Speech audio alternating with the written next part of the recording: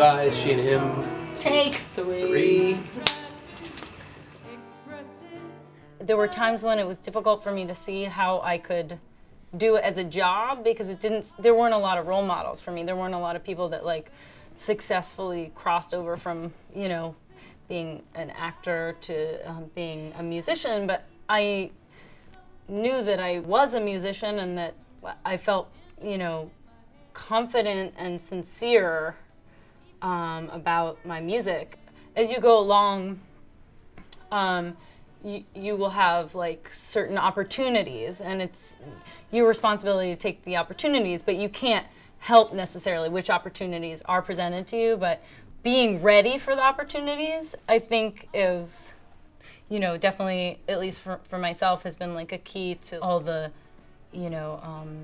accomplishments that like I've had. If you think about the things that you enjoy most when you're doing them, that is the key. I think it's good to create an environment where you can fail and not have, people watching you. Or exactly. I think it's good to, especially at a young age. Or if you like it when people are watching you when you fail, maybe that's, that's some the people way like you learn. that. That's the way I learned. I don't like that.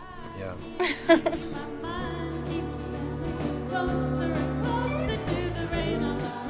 There is a certain balance because you're never totally ready for anything, but you want to be like, you want to have worked on something enough that you feel confident in your abilities, but you're always going to feel a little bit nervous. Mm-hmm. The first time you do something, you're always going to feel a little bit, heart aflutter. But once you do it and it is something that is, your calling, or I don't know, I don't want to sound hokey, but like, you're the thing that you're one of the things that you're meant to do. I think that you kind of know. You might feel nervous a little bit about it, but you also have a confidence underneath it all. I learned how to play guitar when I was like 15. I learned from Beatles books. I learned the Beatles catalog, and that gave me the confidence to try to start writing songs at a very early age, because I had the building blocks, which is these great chord progressions that Paul McCartney and John Lennon wrote, and George Harrison. And then I bought a 4-track when I was about 16 years old for about $200, and that's a lot of money when you're back 16. in those days I had to save up. Yeah.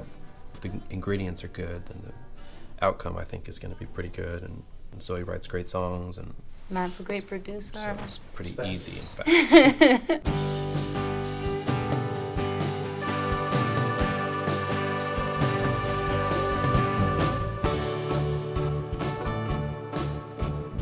I believe art to be an intuitive process, and that like you find your way without having to plan it. Mm-hmm. And then it really does find its own way. I've never been a fan of like the 5-year plan, Oh, by this age I have to be doing this and this and this and this. Like there are no rules. When you're young, you're fed a lot of definitions for Right. that word and that concept Right. of success, Exactly. and that's very dangerous, because I don't think the world really knows. I think that's the undercurrent. Like I think that's what people wanted 40 years ago and 80 years ago. People always want sincerity, and like there are other things that come and go, but sincerity and joy are things that people always want, and that's how I think you can keep yourself centered. Authenticity and sincerity are like cousins.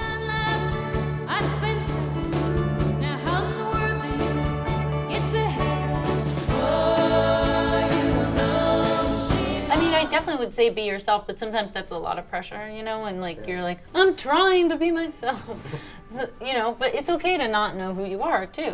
Sometimes you go through phases where you're slightly confused about who you are and what you're doing. At the end, there's still a core that's always you, and knowing that that's there is, I think, the most important thing. I feel like we're scientists sometimes that just get to is play with a little ideas like in the studio, sure.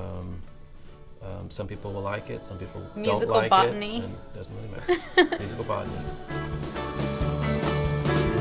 Oh, you don't know the shape of